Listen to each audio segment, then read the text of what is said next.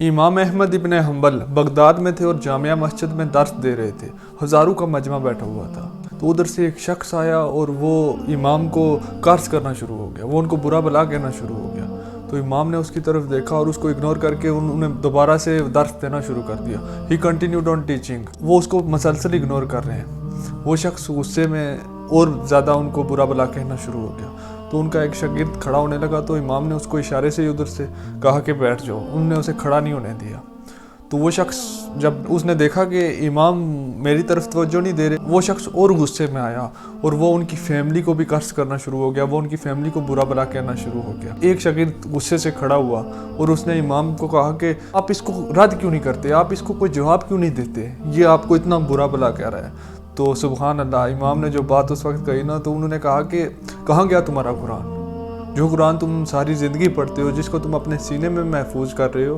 اگر تم لوگ ہی اس پہ عمل نہیں کرو گے تو دوسرے لوگ کس طرح عمل کریں گے. Where did your Quran go؟ کیا تم نے قرآن میں نہیں پڑھا کہ جب کوئی جاہل انسان تم سے آ کر بحث کرے تو اس کو کہو کہ تم پر سلامتی ہو، آپ اس کے ساتھ بحث نہ کرو.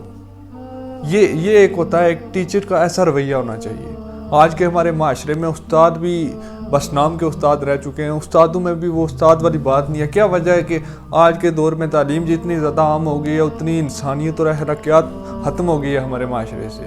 آج کی نسبت آپ 15-20 سال پہلے زمانے میں چلے جائیں، آپ تب دیکھیں استادوں کی کتنی عزت ہوا کرتی تھی معاشرے میں. تب تعلیم اتنی عام نہیں تھی لیکن استاد کی عزت تھی. وہ اخلاقی طور پہ اچھے انسان تھے، وہ انسانیت کو سمجھتے تھے. آج ہم لوگوں نے جتنی تعلیم پڑھ لی ہے، جتنی کتابیں ہم نے رٹ لی ہیں، اتنی ہم انسانیت کے درجے سے اور اخلاقیات کے درجے سے گر چکے ہیں. ایک شخص تھا جو کہ لوگوں کو قرض دیا کرتا تھا. بہت زیادہ امیر تھا اور گنہگار بھی تھا. وہ لوگوں کو قرض دیا کرتا تھا. لوگ جب اس کے پاس آتے نا کہ ہمارے پاس پیسے نہیں ہیں، ہم آپ کا قرض واپس نہیں کر سکتے، ہمیں تھوڑے دن کی اور مہلت دے دیں، تو وہ لوگوں کو پوچھتا تھا کہ تمہیں کتنی مہلت چاہیے. اور اگر وہ لوگ کہتے کہ ہمیں 2 مہینے کی مہلت چاہیے تو وہ کہتا کہ تم 3 مہینے لے لو.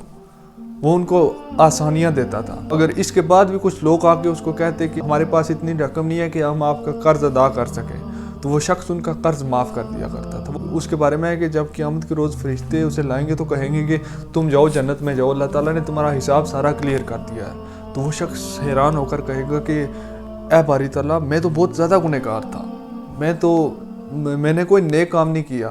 تو اللہ تعالیٰ کی ذات فرمائے گی کہ کیا تم مجھ سے زیادہ غفور و رحیم ہو، کیا تم مجھ سے زیادہ رحمان و رحیم ہو، تم مجھ سے زیادہ معاف کرنے والے ہو، تم لوگوں کو تو معاف کرتے تھے، تم لوگوں کو مہلت دیتے تھے، تو کیا میں تمہیں معاف نہیں کر سکتا. یہ ہے لوگوں کو معاف کرنا. کوشش کریں کہ اللہ تعالیٰ ہماری وجہ سے کسی شخص کو عذاب نہ دے. لوگوں کو معاف کرنا سیکھیں. اگر آپ چاہتے ہیں کہ اللہ تعالیٰ آپ کو معاف کریں، اس عرش کا اور اس دنیا کا مالک وہ رب آپ کو معاف کرے، تو آپ لوگوں کو معاف کرنا سیکھیں. اور سب سے بڑا ہمارا مسئلہ یہ ہے کہ ہم انتقام کی آگ میں جا رہے ہوتے ہیں. اگر ہمیں کوئی شخص کوئی غلط بات کہہ دیتا ہے یا کسی موقع پہ وہ ہماری بےزتی کر دیتا ہے، تو ہم یہ گھات لگائے بیٹھے ہوتے ہیں کہ کس وقت یہ انسان ہمارے قابو میں آئے گا، کس وقت اس کی کمزوریاں ہمارے پاس آئیں گی اور ہم اس کو لوگوں کے سامنے ذلیل کریں گے. ایسے کام کرنا چھوڑ دیں. آپ کی زندگی آسان ہو جائے گی، آپ کی آخرت بھی سنور جائے گی اس چیز سے.